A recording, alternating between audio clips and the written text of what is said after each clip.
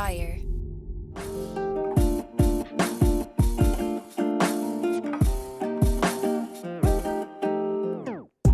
Welcome back to the Kidney Stone Diet Podcast, the show about reducing your kidney stone risk and living your best life.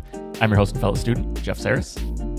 I'm Jill Harris, your kidney stone prevention nurse. I'm still heated up from the last episode we just recorded. Yeah, the hoodie came off. You have the V-neck on now. I'm having a flash. There's so much fun merch now too. I always look at the shirts through the camera. I always mean to pick one up, and I just have not yet, but I'll need to. I'm telling you, I'm really happy with, of course, Dave, who's the third partner in Kidney Stone Diet. He does all our graphic design work, and he does the website.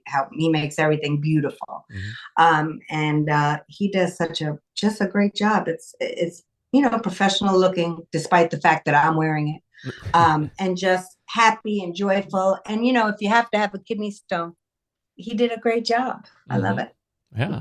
So I swear to God, Jeff, he's going to have me wearing friggin' colors. The other day I wore the pink one, not just like, it made me happy. Like all the colors, I was just wearing this one. Like I don't wear colors like this. And I'm like, oh man, I don't know. That's fun. They're making me super happy. Yeah.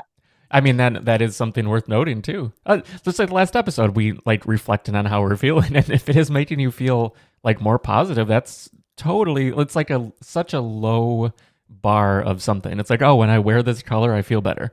But it's like those little things, when we recognize them, it matters. It can make a difference. Look, everything makes a difference. I mean, again, I will always say this: wherever you can find little bips and boops of joy, you will get it. It doesn't have to be a brand new car. It doesn't have to be anything crazy. Just anywhere you get little bips of joy. Wow. It's life changing, but you have to open your eyes and appreciate things. You have to be looking for that. Right. So, and surprisingly, the little things are also sustainable more than, say, a car. It's like you spend the money, get a car, and you're like, I have it. Now I drive to the grocery store. It doesn't change anything else, but the small things can make a huge impact because they're so consistent over time. Absolutely. But yeah, anyway. And real fast, I just want to say this to viewers. And they're like, we just want to talk about kidney stones. I know you do. Hold on. So there's this new study just released. And if you listen to a bird chirping for a few seconds, an international study, it will raise your happiness level up to 8 hours. So I'm just saying, you do, especially in winter in Chicago. I mean, the holidays are over. I still have my tree up. I'm going to call it a winter tree. I got decorations for it. And we're going to change over to a winter tree. But whatever you can do to raise your mind to get a little bit more joy, you typically make better decisions when you're happier, more joyful, you're kinder, you're nicer to yourself, to others. Look, I'm a believer of joy wherever you can get it. Yeah, absolutely. Okay, I'm done. But yeah, before we don't do another call, we should probably dive right into this one. Okay. This is, let's see. We have one from Karen. Karen. Hi, this is Karen, and I'm from New Whiteland, Indiana. In December of 2018, January 2019, I had a 5 millimeter calcium oxalate kidney stone blasted. I have been fine since, thanks to you, thanks to Jill. I am hypothyroid and take 112 micrograms levothyroxine. My levels are normal. I previously had osteopenia, now have osteoporosis, despite taking vitamin 3, 1000 IU, 25 micrograms. My primary care doctor wanted me to take Fosamax, but I really don't want to take that. So he suggested over-the-counter vitamin D3 at 3000 IU or 75 micrograms. Will this give me kidney stones? Thank you. Bye. Karen's voice made my heart happy. I don't know why, it just did. She just sounds nice. I love you, Karen. Okay, so it's a great question. Vitamin D, and this is another one I get all the time. So vitamin D, my doctor wants me on vitamin D. I have osteopenia. Now, Karen says she had osteopenia. Now it's increased to osteoporosis. So that doctor wants her to take care of that. So Karen's question is I am on 1000 IUs a day of vitamin D. He told me to increase it to 3,000 IUs each day. Will this increase my risk for kidney stones? So I'm, because again, I live in Chicago, I'm on 2,000 IUs and I have normal levels of vitamin D. And I know that because I get a blood test to make sure every year. Now, this year, my vitamin D was low on the 2,000 and it was like 20. My doc's like, you got to increase that, Jill. So I want you to take 4,000 IUs for a couple weeks and then a few weeks, and then we'll see where you're at. And then you can go back down to your maintenance dose and we'll check that. So the reason I'm telling you my stuff is because you get it checked. So Karen's like, is that going to increase my risk for kidney stones? Most likely not. If you got yours checked at the 1,000 level and the doctor's like, we need to up it and check, meaning you got a blood draw, and it's low on that, the doctor's like, we're going to increase it to 3,000. Okay, cool, doc. When am I coming in for a blood test to see how that 3,000 IUs hits my blood? You know, is it going to, the range is between like 20 and 80 for vitamin D. And so you really don't want it to be below 40. It gets to be a little low then. Okay, so 40 is a nice little range for it. Will it increase her range, the 3,000 I use, all the way to like 70 or 80? Doubtful, but she needs a blood test to see, right? So there's a couple things. Now, we all know I don't do bone disease, but I hear a lot about it in my practice because wherever there is a kidney stone clinic, a bone clinic is close by. Dr. Coe always says that because these disease states go hand in hand. So many patients will have kidney stones and bone issues for different reasons. One of the reasons is most of us adults have not gotten any calcium needs met for decades. We stopped drinking milk because we heard it was bad for us, or we're allergic to it, or we have lactose intolerance, or it causes whatever it is, for ethical reasons. And then, we didn't have the nut milks back then. So everybody's been walking around with not enough calcium. So for you, Karen, I would, if you were my student or patient, I would say, well, what's your history with calcium? Are you getting some now? Because that's going to be super important, especially since you now have the increased diagnosis of osteoporosis. The other thing I'm going to ask is, you might want to ask your doctor, because it sounds like under this doctor's care, I'm not blaming anybody, I'm just saying, it sounds like you have your primary, and a lot of them can treat your bone disease, no problem. But I'm just wondering, was there enough guidance to keep you from going to the osteopenia, to the osteoporosis now? Do you feel like maybe, you can ask the doctor, do you think I should get an endocrinologist on board with us to look at things further? So there's a few things I would ask you, but the vitamin D, 3,000 IUs, is that going to cause people to make kidney stones? Most likely, no, because it's a low dose. But you have to get your blood checked to see where increased doses of vitamin D take your blood level. I hope that makes sense. Does that make sense, Jeff? Yeah, absolutely. Yeah, because that's something that, like you mentioned, like if you're taking supplements, why? Like, do you know you need to? Because if you do, then they can very well be like very important to all of it. And one of the things too with D, it works like synergistically with calcium. Am I correct there?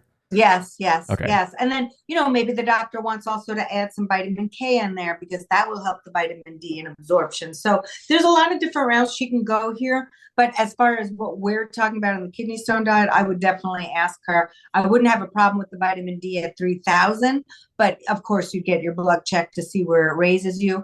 And also, before you do raise the vitamin D supplement, do you even need to? Meaning, does she get a lot of sun? Is her vitamin D low that it is warranting the increase, or are there other things going on and it's not a vitamin D problem? So, these kind of questions are awesome and they can get a little needy. There's always lots of other things to ask. It's typically not just the black and white question, but to answer her, vitamin D at 3,000 units should not be a problem, but one must get a blood test to see how that hits your blood, okay? And see how much it raises your vitamin D from whatever the baseline was at the 1,000 IUs. Mm-hmm. Yeah, and it ties right back to the checking in with ourselves. This is checking in with our blood work and checking in to make sure that we are understanding what we are doing and how it's impacting everything.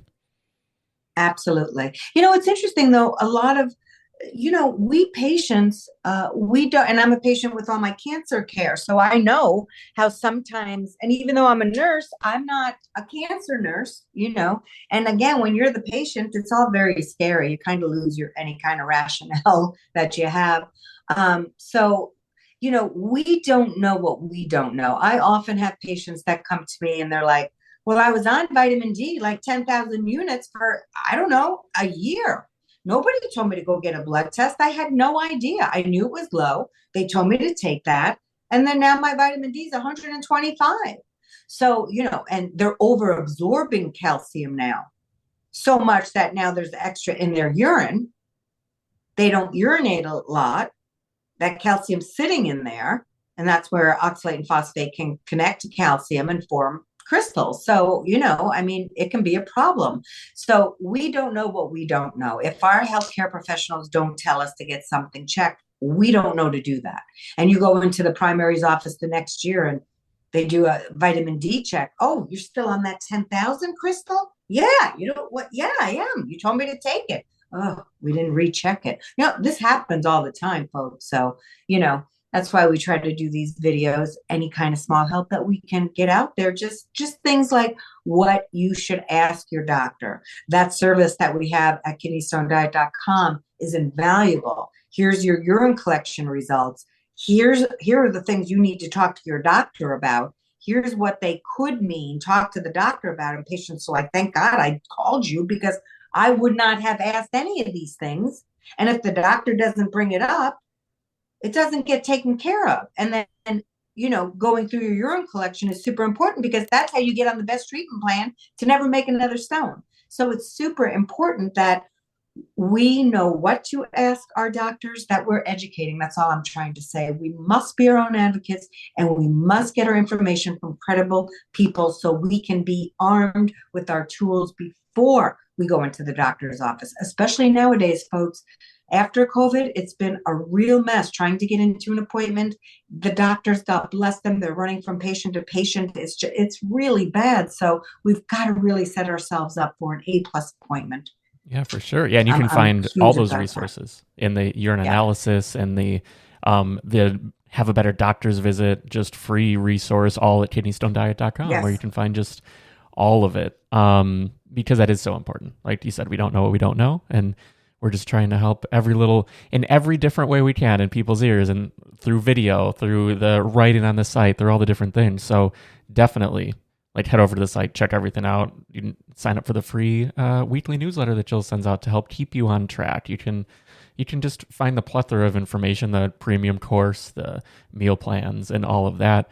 Oh, and I mentioned it last time, but we're on Patreon now. So if you wanted to, there are people out there who ask, how can we support the show? Or just support the platform, just the message in general. Yeah. If that's you, it's patreon.com/kidneystonediet. It's no pressure. This is just so it exists. So people have a way to support if they care to, and then they'll get a little shout out at the end of the episode. But yeah, I think with that, I think that's a good place to wrap on this one. So yeah, thanks again for your question. If you're out there with a question, the number is 773-789-8763, and we will feature you on a future episode. But yeah, we really appreciate everyone who's subscribed, gives the thumbs up, leaves comments on YouTube. It means a lot.